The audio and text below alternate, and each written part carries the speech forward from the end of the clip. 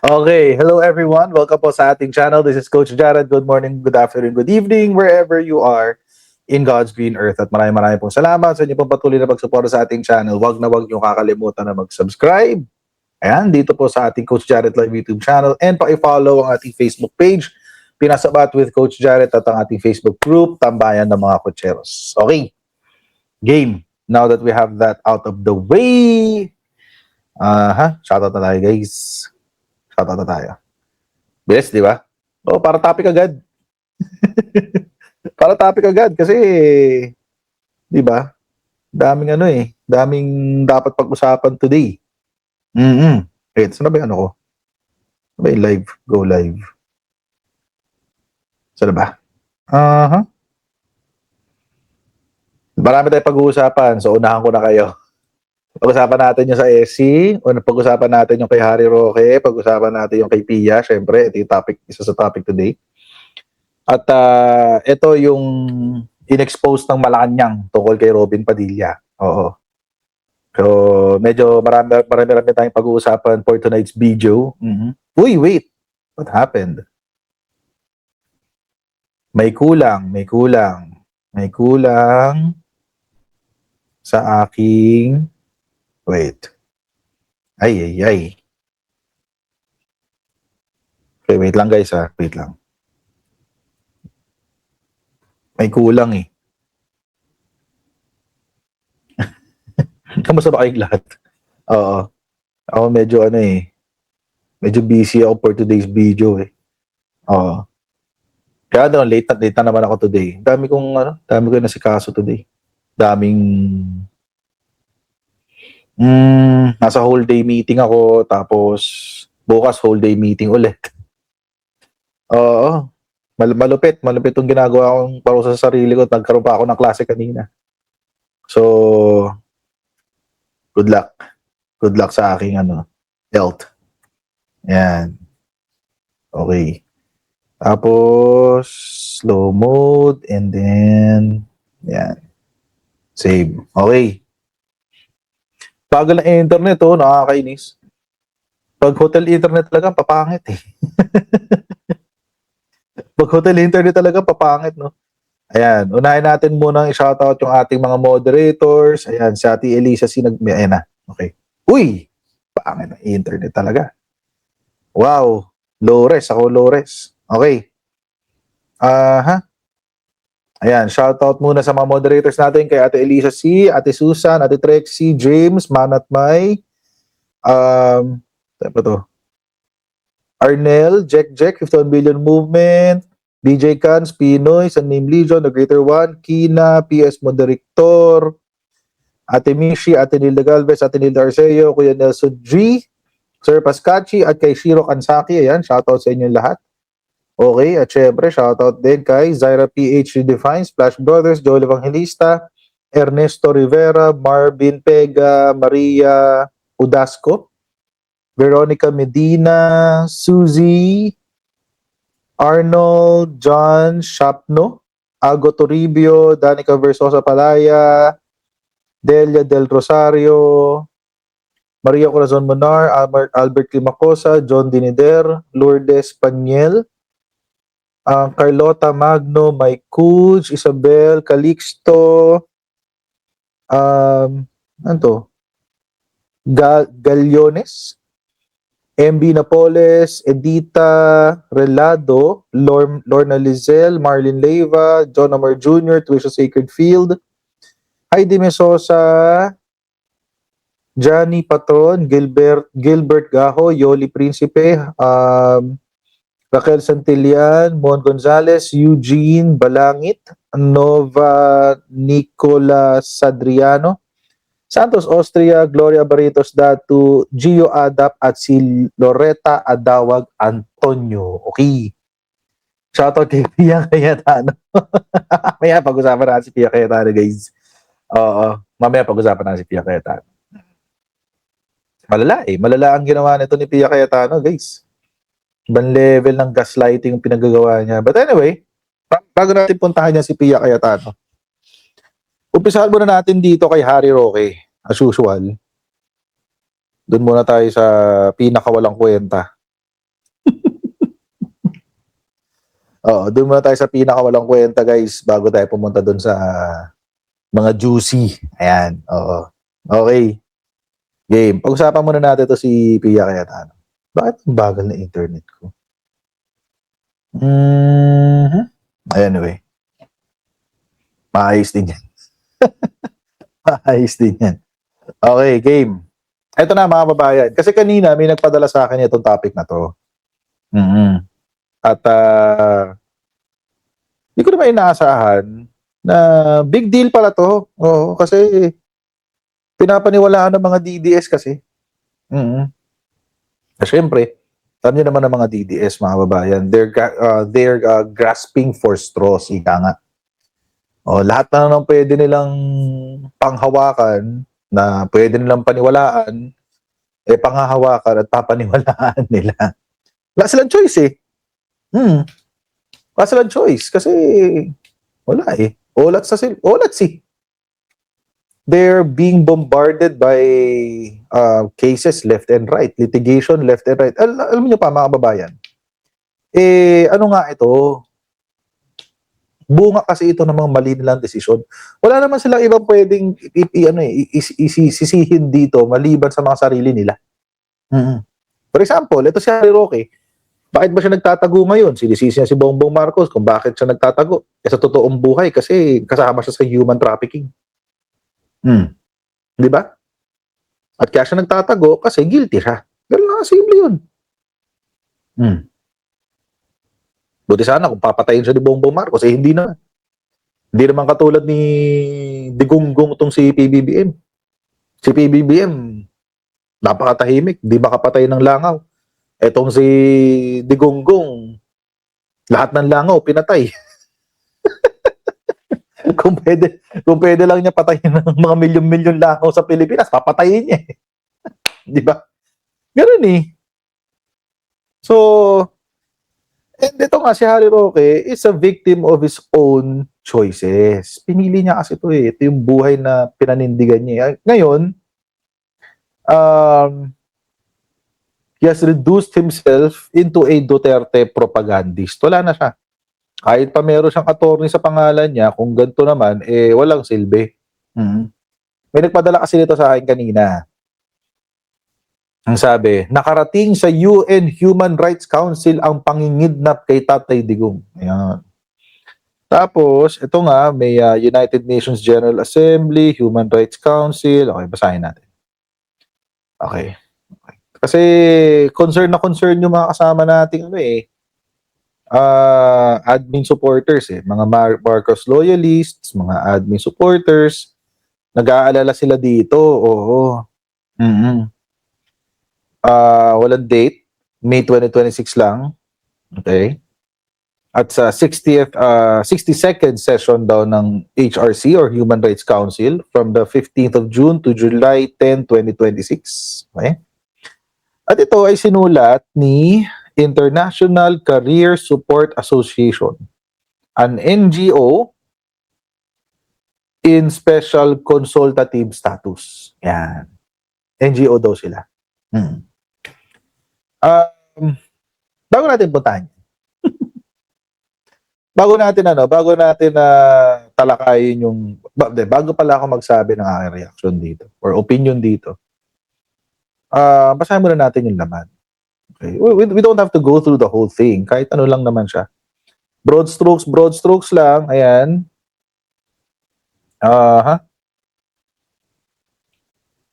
Ang nakakatawa dito yan. Sabi, may BSP pa. Became the top global seller of gold. 25 tons daw of gold reserves. Okay. Ang galing-galing. Baka yun yung panahon ni Digong. Kasi meron din binintang mga ginto si Digong eh. Anyway. Tapos, ito na nga, aggression against political allies ni Digong daw. Ayan. Further illustrating this political purge, on May 15, 2026, a highly controversial attempt was made within the Senate of the Philippines to arrest sitting Senator Ronald Bato de la Rosa, who led the anti-drug campaign and remains a critical political ally of the Dutertes. Okay. So, Excuse me. Okay. So, itong sinasabi.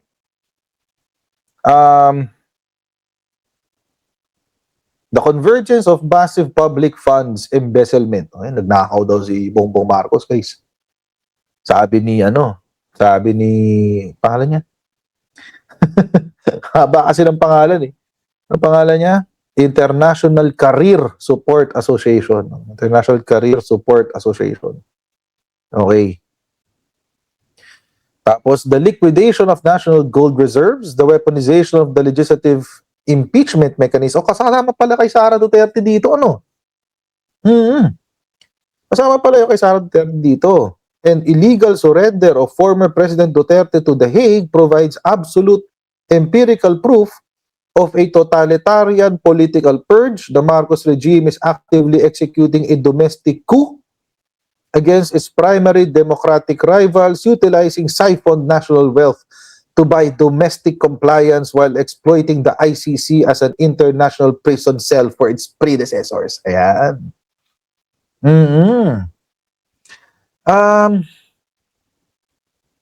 Alam niyo mga ano yung kampo ng Duterte, wala na kayong pinagkaiba sa mga NPA talaga. No joke. No joke. Kayong mga Duterte, mga DDS, wala na kayong pinagkaiba sa NPA. Di ba ganyan din mga NPA? Si CPP, NPA, ganyan din, di ba? Nanghihiram ng kredibilidad sa international political commentators, whatever, sa mga international NGOs, di ba? Yun. Di ba? Ganyan ang NPA. Naikibahagi ng naghahanap ng mga pwede nilang i-hire na mga propagandista from abroad. Kung naalala nyo, mga kababayan, nung panahon ni Digong, di ba, ang dami-daming mga nagre-react tungkol sa mga nangyayari sa Pilipinas. And magugulat na lang tayo, primarily, kasama pala sila sa umbrella ng CPP-NPA. I mean, nakagulat nga minsan eh. Nakagulat nga minsan. Na, ito nga eh. Di ba ang CPP-NPA, meron sila international website? So, hindi ako magtataka na sila dumadaan din sa similar na strategy. Baka kasi iniisip nila ng mga Duterte, kung umubra sa NPA, baka umubra din sa atin. Kung umubra sa NPA, baka umubra din sa atin. Baka gano'n na iniisip ng mga Duterte. Kaso ang problema, mamaya natin puntahan. Sabi, ano pa yung mga mga violation daw ng Marcos administration. Sabi, violation of the principle of political neutrality under the Rome Statute. So, itong si international something-something, inaakusahan ng ICC that they violated the principle of political neutrality. Sabi, so the ICC was established to address the gravest crimes of international concern where domestic mechanisms have entirely collapsed. It was never intended to serve as a tool for a corrupt ruling regime to incarcerate its political opposition. Alam niyo mga kababayan, trying hard. They're trying so hard. Trying hard. Sobra. Trying hard etong kampo ni Digong to portray Rodrigo Duterte and his allies as victims. Kasi yan ang gusto nilang palabasin tulad nung sa Senate coup d'etat. Senate coup d'etat. Pala coup d'etat yun. Yung sa Senate shootout. Diba? Gusto nilang i-portray. Mamaya, pag-usapan natin, gusto nilang i-portray na biktima ang Senado. Gusto nilang i-portray na biktima ang tawag dito, si Bato de la Rosa. Kaso parang hirap kasi kagatin. Lalo na kapag kaharap mo yung statistics na merong more or less 21,000 people killed during the first year of Rodrigo Duterte's regime. Ang hirap kasi isang tabi pag ganun. Ang hirap isang tabi nung ideya na merong halos ng merong mahigit 20,000 Pilipino ang namatay sa unang taon ng war on drugs. Bakit 20,000? Kasi mga kababayan, alam naman natin na noong 2017, meron hong accomplishment report na inilabas ang Office of the President. Sino bang presidente noong 2017? Di ba, Pastor Jeffrey? Sino ba? Sino ba, Pastor Jeffrey? Ang presidente ng 2016 hanggang 2017. Di ba si Rodrigo Duterte? Tapos sa kanyang sariling report, ano hong sinabi niya? Office of the President to Sinabi niya sa kasariling report, merong 4,000 na napatay sa engkwentro. At merong 17,000 na napatay sa drug-related incidents. So more or less mga 20 to 21,000.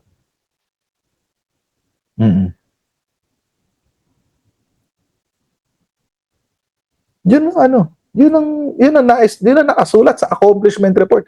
As if killing of 20,000 people is an accomplishment. Para bagang ang pagpatay sa 20,000 Pilipino ay isang accomplishment. So, ang hirap po kasi kapag tinignan mo yung konteksto, pag tinignan mo yung sitwasyon ni Rodrigo Duterte ngayon, kung bakit siya nakakulong, at kung bakit merong warrant of arrest itong si Bato de la Rosa. And mind you, mga kababayan, itong mga kaso na to ay na-file nung panahon ng si PBBM ay isang citizen BBM pa lang. Kasi hindi nga siya nakapasok bilang vice presidente, di ba? So siya ay isang citizen BBM pa lamang at the time. At alam natin kaalyado ng mga Duterte at the time. Napakahirap po kasi isipin na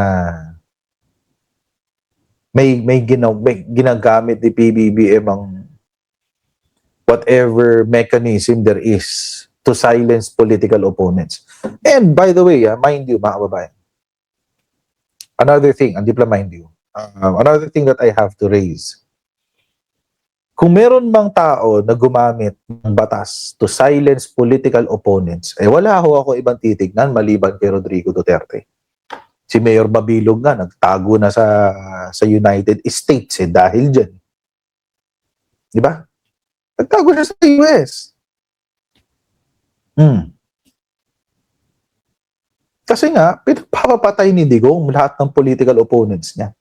Pinakulong pinakulong si Laila de Lima, pinapa-aresto si Trillanes. Hinaras lahat ng political opponents niya. Hinaras ang minority at the time. Hinaras din si Vice President Leni Robredo at the time. Di ba? All of these things are documented, mga kababayan. Hindi ho ito pagsisinungaling. In fact, ginawan pa nga ng intriga, di ba? Yung mga liberal at the time. Naalala niyo yung Red October?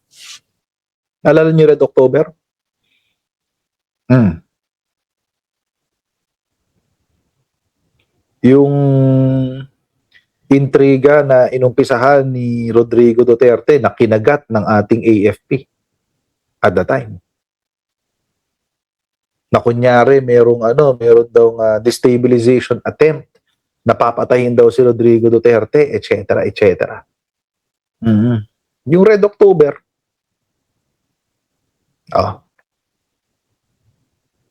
nagtanim ng kaso si Rodrigo Duterte. Napakarami niyang tinanim ng kaso. Para lang mapatahimik ang kalaban sa politika.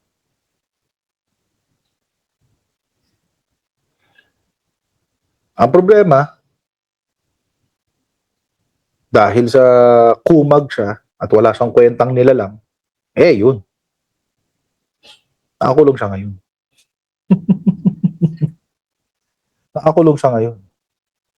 Ngayon, mga kababayan, kung titignan nyo rin kasi, yung mga ginawa ni PBBM after siyang manalo. Take note, si Rodrigo Duterte hindi siya sinuportahan maging presidente. So ako naniniwala ako na konti lang talagang bumoto kay PBBM na DDS. Ang kumarga talaga kay BBM, hindi ho si Sara Duterte.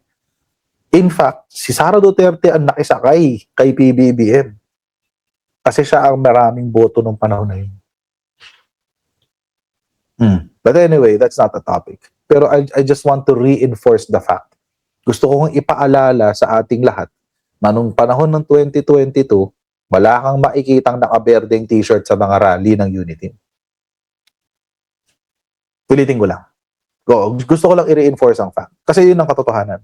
Kahit balikan nyo lahat ng mga rally, yung mga motorcade, kung babalikan nyo lahat, bihira, parang tae, ganun kabihira. Parang tae ng aso sa kalsada ang mga nakaberde nung panahon na yun. Sa Davao lang sila marami. Sa Pilipinas, hindi.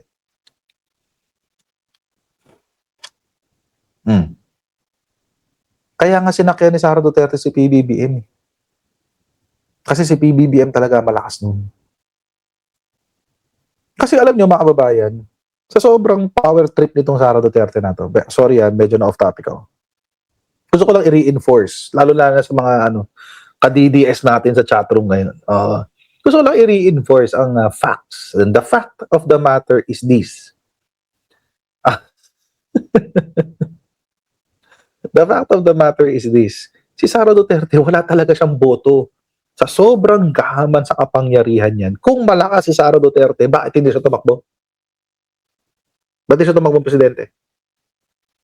Ba't hindi niya nilabanan si BBM? Huwag niyang sabihin na naawa siya kay BBM.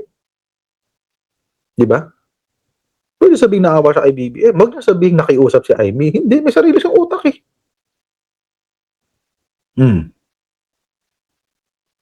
Ang totoo, ginamit niya si PBBM. Hindi rin totoo dun. Hindi rin totoo dun. But anyway, I digress. Balikan natin yung So, ito nang pangalan ulit itong grupo na to? International Career Support Association ang pangalan ng sumulat. Ngayon mga kababayan, huwag na natin basahin yung kabuuan. Hinanap ko lang to kung sino yung sumulat. Si pala to? Siya ulit. Si Shunichi Fujiki. Shunichi Fujiki. Kung nakalimutan nyo na si Shunichi Fujiki, mga kababayan. Siya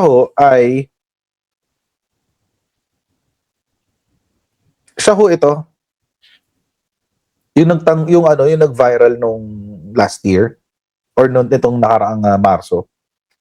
Nag-viral siya dahil nagsalita siya sa United Nations at sinabi niya at ni-raise niya si Rodrigo Duterte sa United Nations Human Rights Committee. Tapos ito yung sinabi niya, ICC is not superior, sabi ng Japanese researcher. Allegedly. Sabi, a Japanese researcher described the ICC's focus on former President Rodrigo Duterte as total nonsense, arguing that the international probe bypassed the Philippine judicial system and undermined national sovereignty. Yan. Mas marunong pa to sa atin eh. Mas marunong pa sa atin to eh. Mas marunong pa siya sa batas ng Pilipinas eh. Di ba kahapon pinag-usapan natin? At napanood natin kay Justice Ascuna na ang pagsali natin sa treaty at ang pagsunod sa international obligations does not necessarily diminish our sovereignty. In fact, mga kababayan, ito po ay isang exercise of sovereignty ng ating Estado.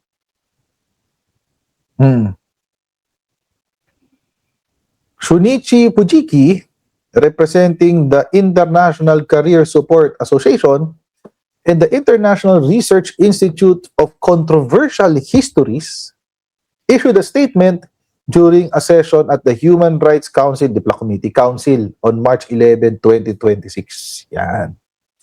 Ngayon, mga kababayan, ako naman di ko kilala to eh. Wala akong kilala, wala akong alam sa kanya. So, nag-simple Google search na lang ako. Simple Google search lang, mga kababayan. Simple Google search lang.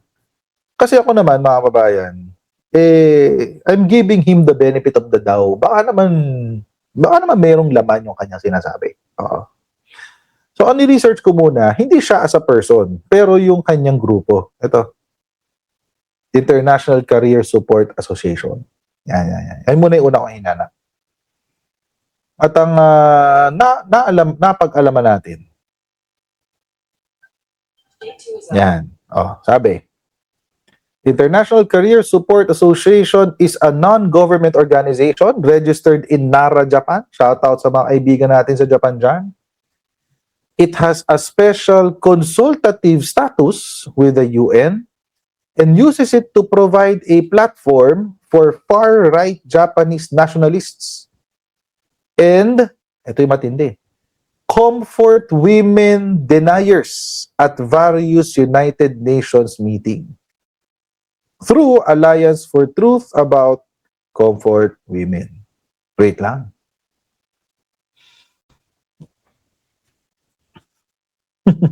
Hindi okay ng topic nun, Eliezer. Hindi okay yan.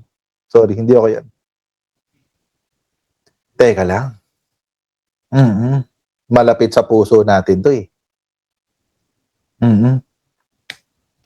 Malapit sa puso natin to.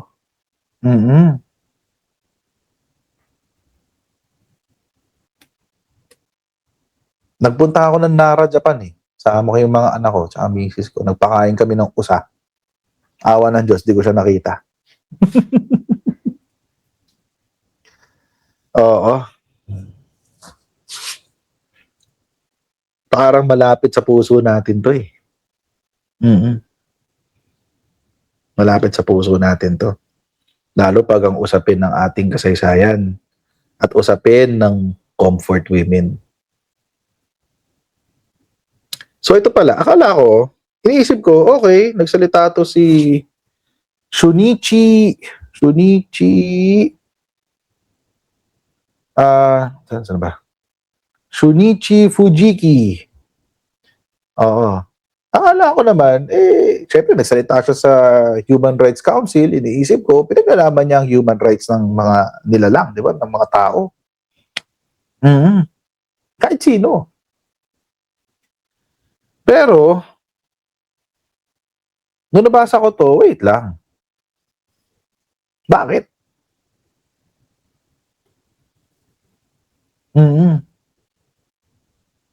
Bakit? Bakit pinaglalaban niya yung karapatang pantao, allegedly, human rights, allegedly, na parang walang karapatang pantao si Rodrigo Duterte. Actually, hindi naman siya tao, so wala siyang karapatang pantao. Karapatang panghayop meron siya. Oo. Anyway. Oo. Going back. Pinaglalaban niya yung karapatang pantao ni Rodrigo Duterte na pumatay ng libo-libong Pilipino, pero yung mga comfort women, nilalabanan niya.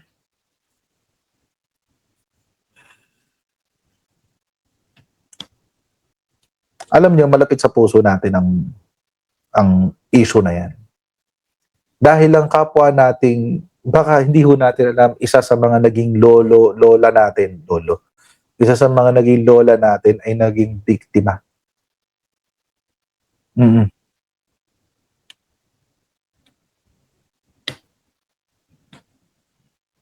Di ko natin, di ko sasabihin kung, hindi ako mag-a-assume kung yung mga isa sa mga kamag-anak nyo ay naging biktima ng World War II, kung saan sila ay inalipusta, ginamit ng mga sundalong Hapon, ng Japanese Imperial Army.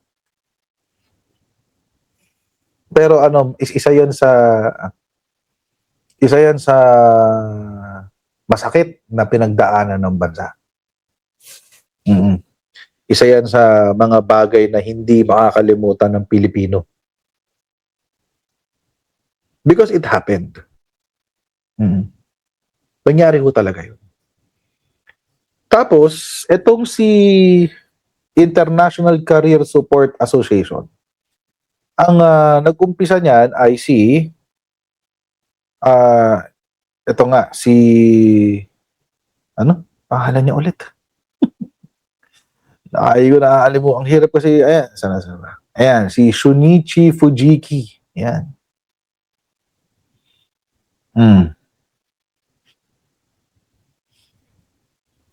Sabi niya, these guys on the photo are saying there was no military comfort women forced by Japanese army but not denying the existence of comfort women. Sabi.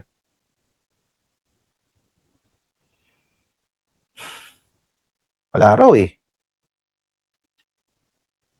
Wala raw eh. Di raw nangyari yun.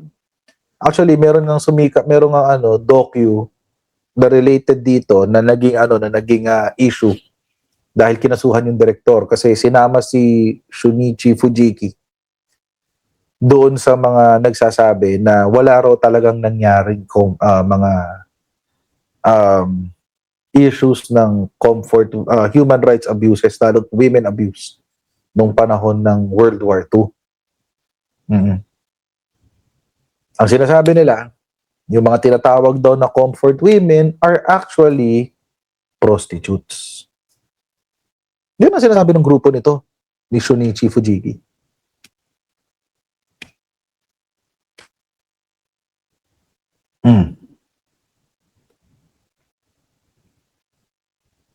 Tingnan nyo ang kalokohan na itong hayop na to. Tapos, proud na proud ang mga DDS tulad ni Harry Roque. Na suportahan ang isang individual na dinideny ang isa sa pinakamalagim na aspeto ng history ng Pilipinas.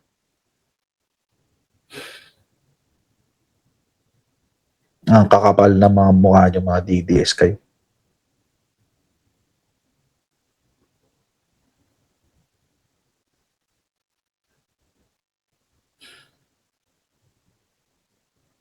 Ang kakapal ng mga mukha nyo.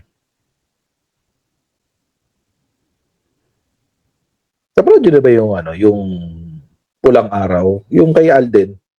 In fairness, maganda yung Pulang Araw. Panoorin nyo yung Pulang Araw. Kasi maraming doon maraming siguro mga 60 to 70% ng Pulang Araw ay tungkol din sa pinagdaanan ng mga kababaihan nung panahon ng Hapon. Kung hindi pa nakapanood, panoorin nyo. Kung hindi pa nakapanood, panoorin nyo. I would really recommend it. Lalo na kung gusto nyo mabalikan yung history natin.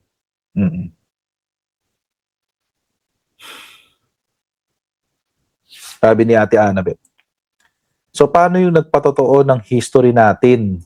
Yung taong yan ang papaniwalaan. Ayun na nga. Yun na nga. Yun na nga, Ate Annabeth. Salamat sa super chat. Marami pong salamat. Tsaka si Jasmine. Salamat, Jasmine. Mabait si God kay BBM. Okay. Okay nang di siya naging VP ni Diggs. Oo nga. Anyway, going back. Diba? Mga kababayan, yung issue ng comfort women has nothing to do with Rodrigo Duterte. Definitely. Pero, ang akin lang ganito. Kung ipaglalaban mo ang human rights, naglalaban niya yung human rights si Rodrigo Duterte. Gumagamit siya ng kung ano-anong mga mabubulaklak na salita para ipaglaban ang human rights ni Rodrigo Duterte. Pero, bakit yung women's rights hindi niya binibigyan ng pansin? Lalong-lalo na, mga kababayan, na mayroong mga tunay na biktima. Yung number 1, yung war on drugs. Number 2, ng Imperial Japanese Army. Bakit yung karapatan ng mga naging biktima ng war on drugs hindi ipaglaban?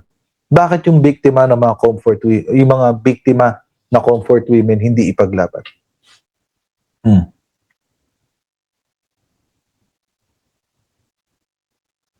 Di ba? And like always, mga kababayan,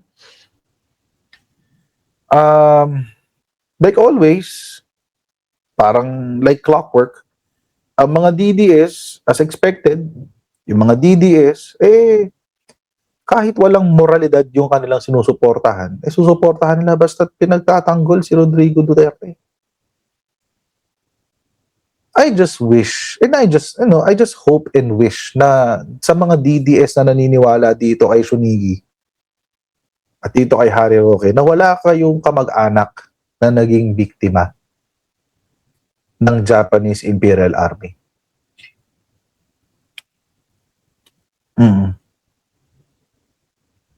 Wala kayong lola na naging biktima ng Hapon.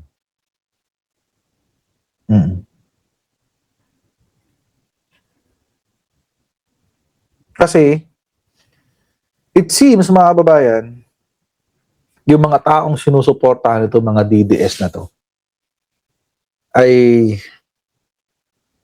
mga individual na walang moral. Diba? Apollo Kibuloy, Harry Roque, Bato de la Rosa, Bongo, Chis Escudero, Amy Marcos, Joel Villanueva, Jinggoy Estrada, Alan Peter Cayetano, Robin Padilla, magkapatid na Villar, Rodante Marcoleta. As in, yung mga wala talagang wala talagang moral, as in wala silang pinaglalaban sa buhay nila maliban sa magpayaman sila at makakuha pa ng at palawigin pa at palakihin ang kanilang impluwensya at kapangyarihan. Ganyan sila eh. Alam nyo, I just wish na wala kayong, na hindi kayo maging biktima ng kagaguhan nitong mga Duterte na to. Seriously. Oo, kasi I don't think anyone deserves that kind of violence to happen in their life. Personally. Sana hindi umabot sa punto na yung karapatang pantao nyo na yung aabusuhin. Dahil naniniwala ako na nung mga panahon na si Rodrigo Duterte ang tumatakbo, may mga drug addict at drug pusher na bumoto sa kanya. Merong isa o dalawang napatay sa war on drugs ang bumoto sa kanya. Actually, baka hindi nga dalawa lang eh. Baka marami. Di ba? 16 million ba naman eh. So, sana, wag kayo matulad. Na kahit wala kayong ginagawa, kahit wala kayong ginagawang krimen, bigla na lang kayong dadamputin ng pulis, paluluhurin at babarilin sa sentido. Sana. Kasi yan ang mangyayari pag si Sara naging presidente. Ilaban niya pa si Sara. Sigurado ko yan ang mangyayari.